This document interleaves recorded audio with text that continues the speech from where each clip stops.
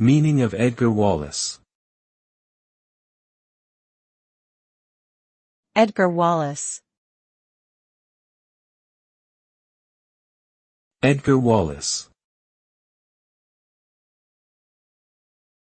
Edgar Wallace. Edgar Wallace. Edgar Wallace was an English author, journalist and playwright, who was best known for his crime fiction novels and short stories. He lived from 1875 to 1932 and wrote over 175 novels, 24 plays, and countless articles and essays. Wallace's works have been adapted into numerous films, TV shows, and radio dramas.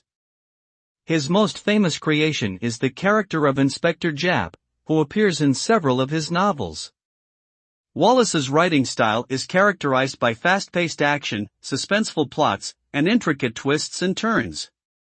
He remains a popular and iconic figure in British crime fiction.